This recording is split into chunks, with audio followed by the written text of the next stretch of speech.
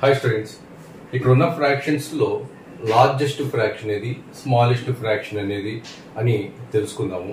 దానికోసం మీకు జనరల్ గా తెలిసిన ప్రాసెస్ ఏంటంటే వీటన్నిటిని లైక్ ఫ్రాక్షన్స్ గా మార్చుకొని ఆ తర్వాత న్యూమరేటర్స్ లో బిగ్గెస్ట్ ఏదో దాన్ని లార్జెస్ట్ ఫ్రాక్షన్ గా తీసుకుంటాము. న్యూమరేటర్స్ లో స్మాలెస్ట్ ఏదో that fraction is taken as smallest fraction. అలా కాకుండా ఈజీగా ఒక సింపుల్ మెథడ్ అనేది నేర్చుకుందాం. ఈ ఇచ్చిన 4 ఫ్రాక్షన్స్ లో 4 గానీ 5 గానీ 7 గానీ ఎన్నైనా ఇవ్వనండి, ఇచ్చిన ఫ్రాక్షన్స్ లో లార్జెస్ట్ ఫ్రాక్షన్ ఏది, స్మాలెస్ట్ ఫ్రాక్షన్ ఏది అనేది ఈజీగా ఎలా తెలుసుకోవాలో చూద్దాం.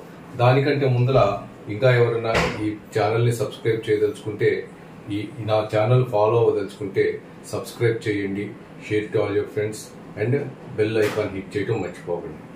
సో టాపిక్ లో వెళ్ళిపోదాం. దీనిలో 2/3 ఈ ఫ్రాక్షన్ లో న్యూమరేటర్ కి డినామినేటర్ కి ఉన్న డిఫరెన్స్ 1. తర్వాత 3/5 3 కి 5 కి ఉన్న డిఫరెన్స్ 2. 7/9 7 కి 9 కి ఉన్న డిఫరెన్స్ 2. 9/13 9 కి 13 కి మధ్య ఉన్న డిఫరెన్స్ 4.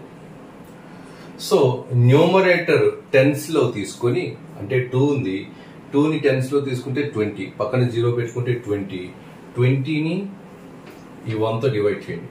ఇది 30, 30ని 2 తో డివైడ్ చేయండి. ఇది 70, 70ని ఈ డిఫరెన్స్ తో 2 తో డివైడ్ చేయండి. ఇది 9, 9 పక్కన 0 పెట్టుకుంటే 90, 90/4.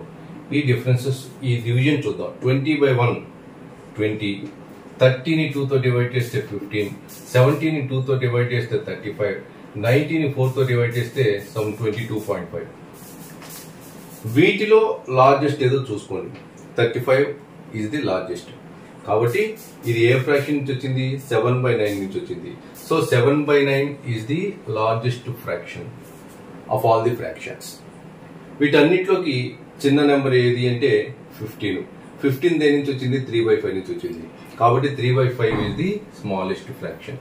ఇలాగా ఇచ్చిన ఫ్రాక్షన్స్ అన్నింటిలోనూ సింపుల్ మెథడ్ లో which is largest, which is smallest అనేది మనం ఈజీగా తెలుసుకోవచ్చు. Thank you very much.